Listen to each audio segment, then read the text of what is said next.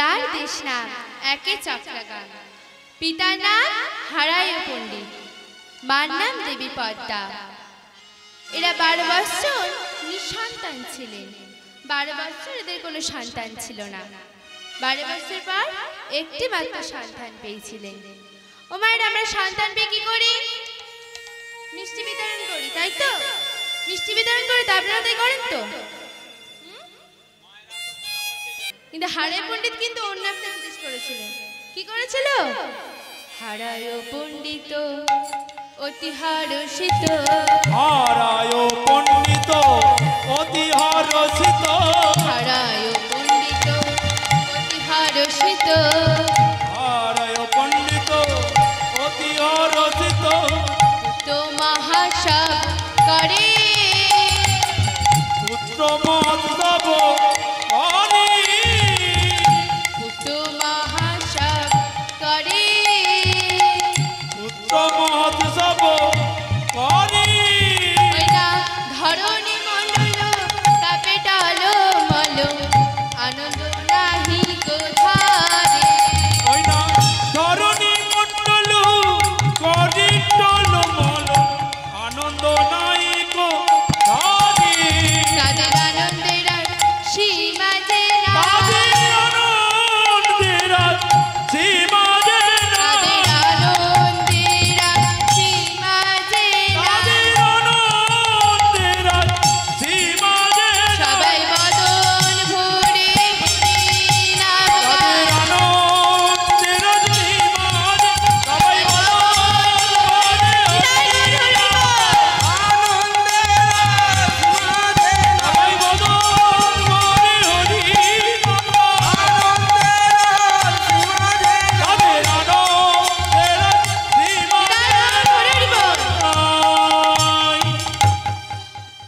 পুত্র মহোৎসব করেছিলেন। এই উৎসবে এত হরিধ্বনি হয়েছিল, এত হরিধ্বনি হয়েছিল, যেই হরিধ্বনি গিয়ে পৌঁছেছিল রার দেশ নদীর ওপারে। কি ছিল? শান্তিপুর। শান্তিপুরে কে থাকতেন? শান্তিপুরে কে থাকতেন? অদ্বৈত আচার্য। শান্তিপুর না অদ্বৈত আচার্য। তিনি চমকে উঠলেন, তাড়াতাড়ি অদ্বৈত হরণে সীতাকে ডাকলেন। সীতা, সীতা, দেখো সীতা, দেখো ওই রার দেশ নদীর ওপারে আলোয় আলোকিত হয়ে রয়েছে, আর উচ্ছ্বাস স্বরে হরিনাম সংকীর্তন হচ্ছে।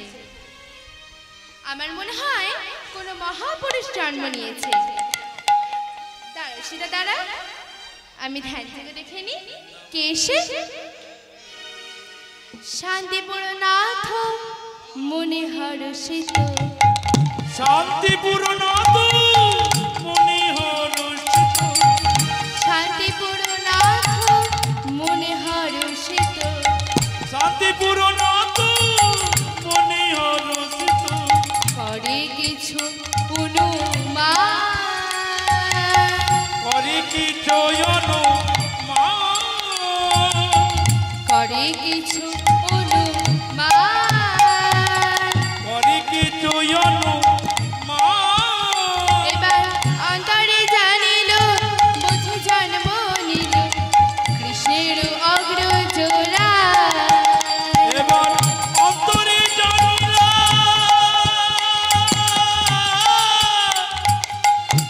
বুঝি জন্ম নিলা কৃষ্ণের অগ্রজ।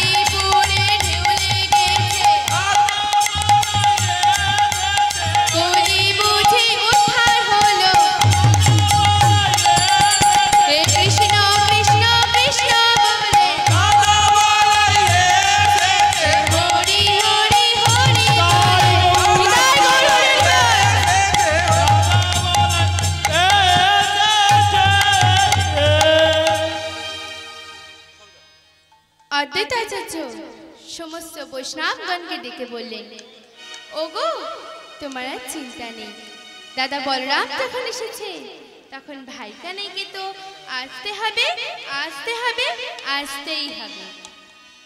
এই কথা শুনে বৈষ্ণবের মন আনন্দে মেতে উঠল। বৈষ্ণবের মন হইল প্রসন্ন, বৈষ্ণবের মন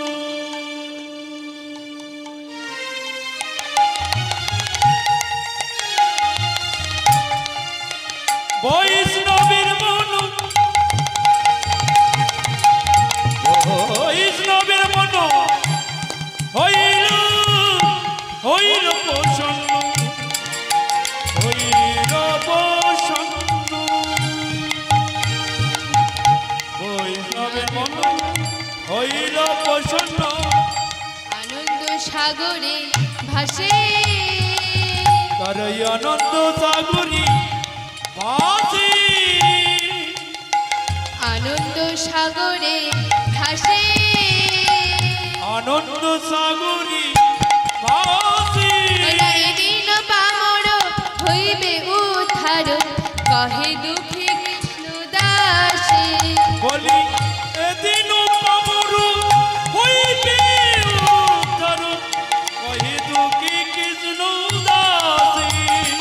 এদিন পামর হইবে উদ্ধার, কহে দুঃখী কৃষ্ণ দাসে।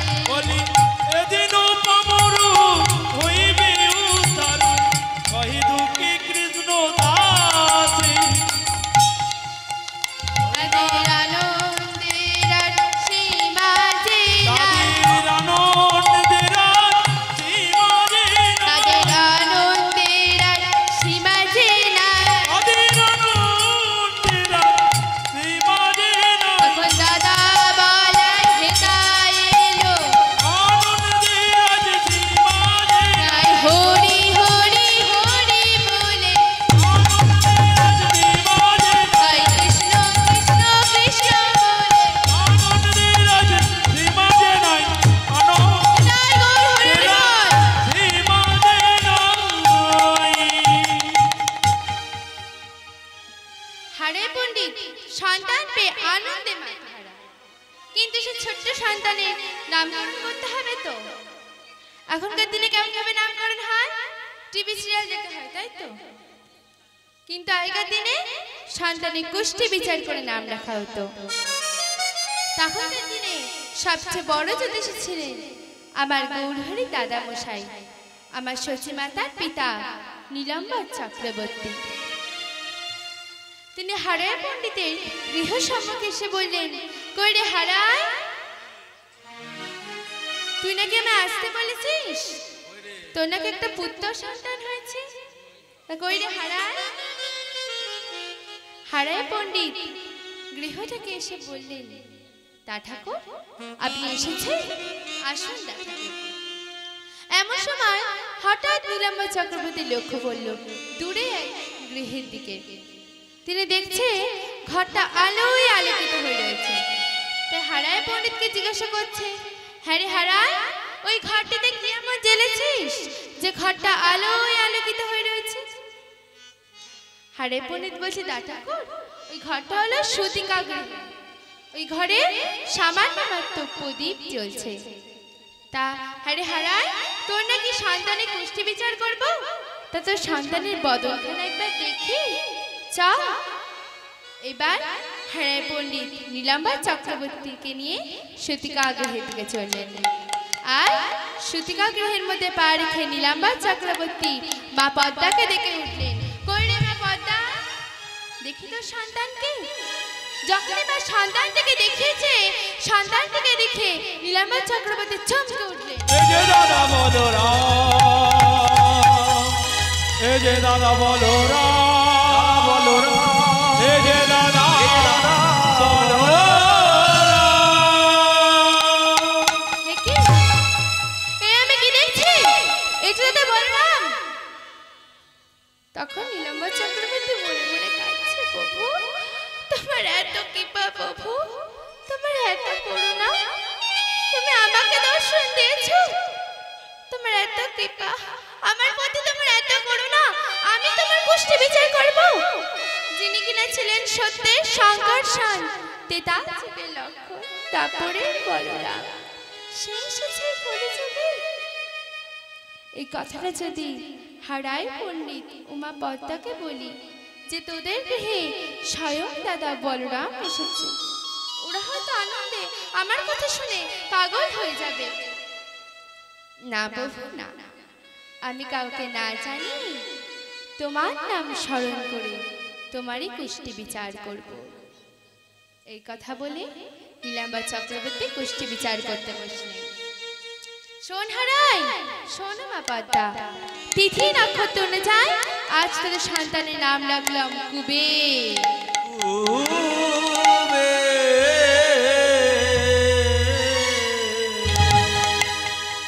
ছোট্ট সন্তানটির নাম রাখলেন কুবের। আচ্ছা বলুন তো, এত নাম থাকতে সে ছোট্ট সন্তানটির নাম কুবের কেন রাখলেন? আগে জানতে হবে কুবের মানে কি। কুবের মানে কি? যার অনেক ধন সম্পত্তি রয়েছে তাকে বলা হয় কুবের। বলা হয় না কুবেরের ধন। কিন্তু ওই ছোট্ট সন্তানটির কাছে কি এমন ধন সম্পত্তি রয়েছে যে নাম লিখেছে কুবের? একটি ধনকুবেরের নাম বলছি, যেমন টাটা বিড়লা।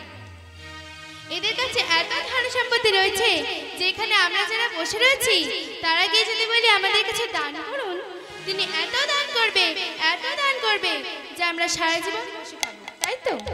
কিন্তু মা, আমরা তো বলি হাতে জি, আমাদের স্বভাব আমরা এক হাতে নিই, সেই হাতে নিয়ে আবার অন্য হাত পাতি, আবার সেই হাতে নিয়ে আবার অন্য হাত পাতি। এরকম যদি কিছুক্ষণ চলতে থাকে তাহলে কিছুক্ষণের মধ্যেই তার সমস্ত ধন সম্পত্তি শেষ হয়ে যাবে, তাই তো? কিন্তু সেই ছোট্ট সন্তানটির কাছে এমন ধন সম্পত্তি রয়েছে যে আমরা কেন সারা জগৎবাসী গিয়ে চাইলেও তিনি দান করবে, আর যত দান করবে তত ধন সম্পত্তি বাড়তে থাকবে। কেমন ধন সম্পত্তি রয়েছে? একা পার্থিব কৃষ্ণ প্রেম, একা পার্থিব কৃষ্ণ প্রেম, একা পার্থিব কৃষ্ণ প্রেম,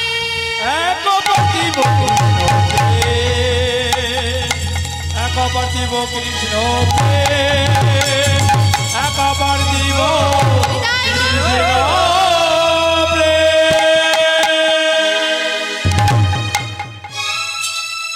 আবার কুষ্টি বিচারে বসলেন। এবার কুষ্টি বিচার করে নীলাম্বা চক্রবর্তী বলে উঠলেন, শোন হারাই, শোনো মা পদ্মা, তিথি নক্ষত্র অনুযায়ী তোদের সন্তানের নাম লিখেছি কুবের। কিন্তু তোদের সন্তান ছোটবেলা থেকে লেখাপড়া করবে না, হবে মূর্খ, আর হবে হরিভক্তি পড়ে, আর সর্বদা বদলে কি বলবে জানিস? হরি বলো রে, বলো রে, হরি বলো রে, বলো রে, হরি বলো রে, বলো রে, হরি বলো রে, হরি বলো রে, হরি বলো রে, হরি বলো রে, বলো রে, হরি বলো রে, হরি বলো রে, হরি বলো রে, হরি বলো রে, হরি বলো রে, হরি বলো রে, হরি বলো রে, হরি বলো রে, বলো রে, হরি বলো রে, হরি বলো, হরি বলো, হরি বলো ভাই, হরি নাম ছাড়া জীবের অনন্ত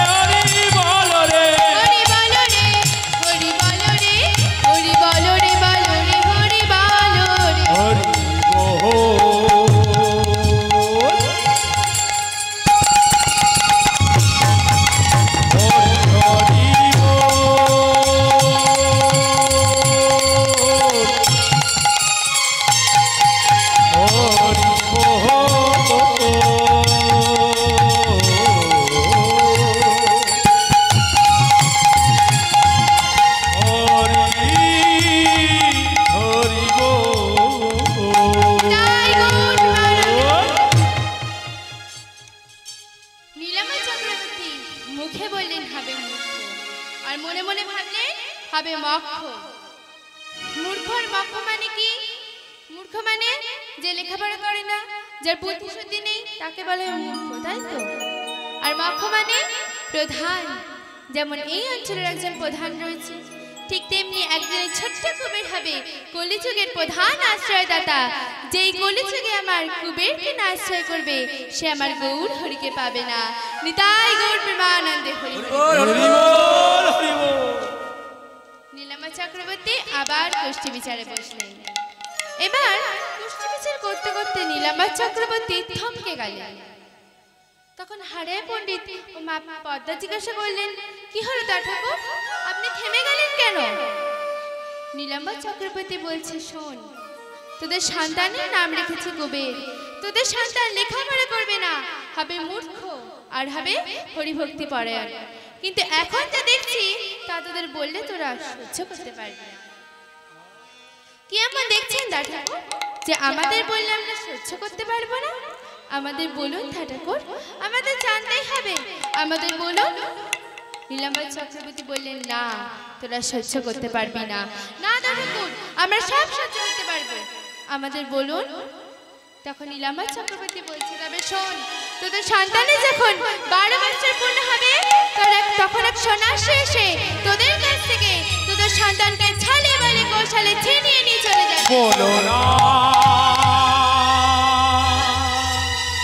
বলো না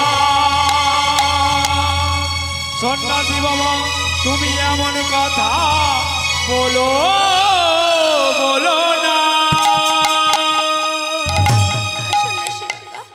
আমার কথা বলবেন না, আমার কথা বলবেন না দাদা। আমরা 12 বছর নিঃসন্তান ছিলাম, 12 বছর পর একটি মাত্র সন্তান পেয়েছি। কুবের আমাদের ছেড়ে চলে যেতে পারে না, এটা হতে পারে না। আপনার কুষ্টি বিচারে নিশ্চয়ই কোনো ভুল রয়েছে। তখন নীলাম্বা চক্রবর্তী বললেন, না, আমার কুষ্টি বিচারে কোনোদিন ভুল হয়নি আর আজও হবে না। এই বলে তিনি চলে গেলেন। দেখিতে দেখিতে দিন কাটিতে লাগিল, কাটিতে লাগিল। 1 বছর 2 বছর করে 12 বছর পূর্ণ হইল। দেখিতে দেখিতে দিন কাটিতে লাগিল, কাটিতে লাগিল। 1 বছর 2 বছর করে 12 বছর পূর্ণ হইল, পূর্ণ হইল। দেখতে দেখতে 12 বছর হয়ে গিয়েছে। এদিকে কেদারনাথে শ্রী গুরুদেব লক্ষ্মীপতিপুরী তার প্রিয় শিষ্য শঙ্করান্নপুরীকে ডাকলেন। শঙ্করান্নপুরী, শঙ্করান্নপুরী, শঙ্করান্নপুরী, শঙ্করান্নপুরী। শঙ্করান্নপুরী ছোট্ট ছোট্ট এসে গুরুদেবের চরণে আছড়ে পড়লেন। আমার গুরু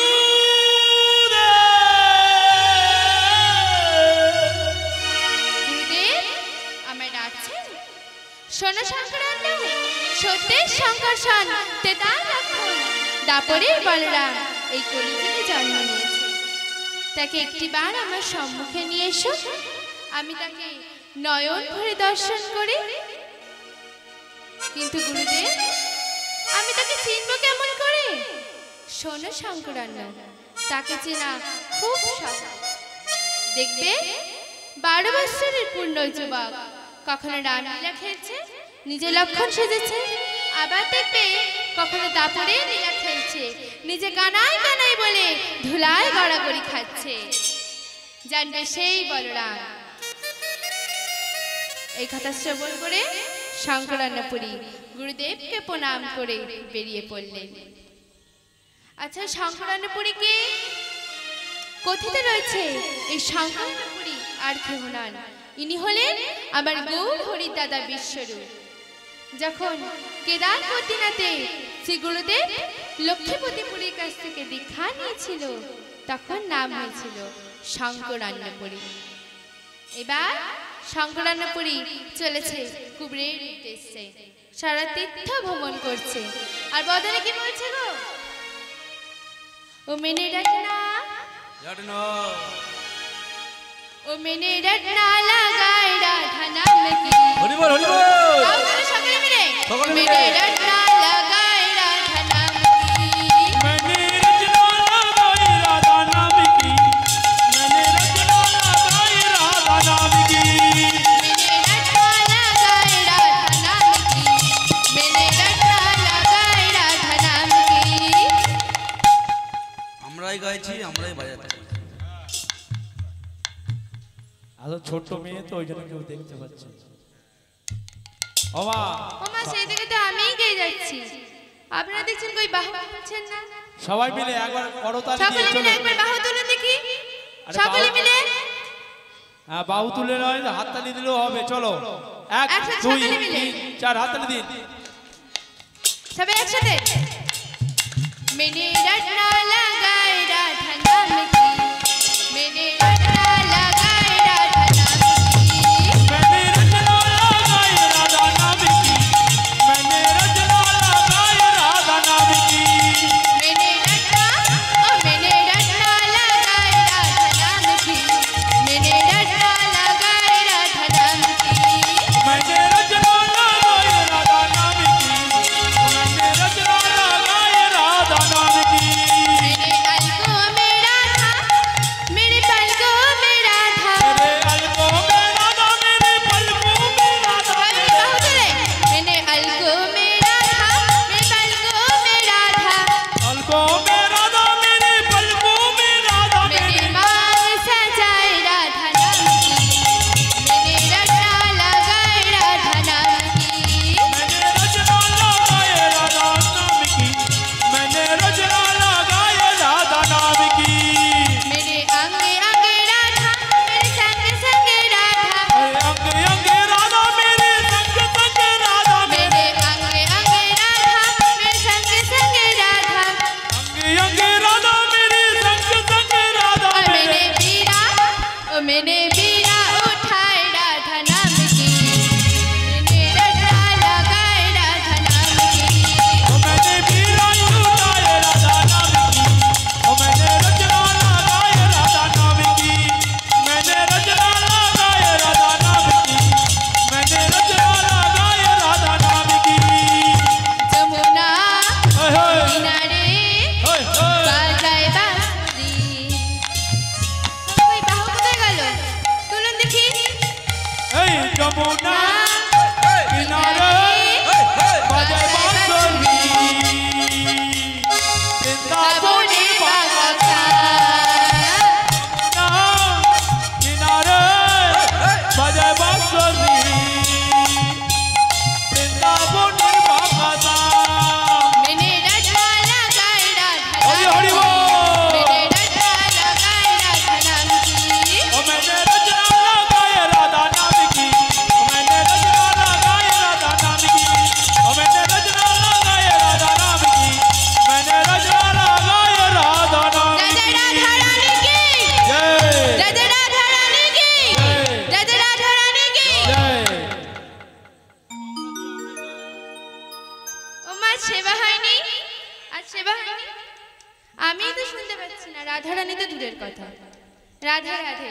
আরেকটা জোরে সকলে মিলে জয় জয় রাধা রানী কি, শ্যাম সুন্দর কি, বৃন্দাবনের ধাম কি, সকল ভক্তবৃন্দ কি, হরিনাম সংকীর্তন কি। হ্যাঁ, রাজা বাবা লোকনাথ কি। जय जय बाबा लोकनाथ प्रभु की জয়। चलो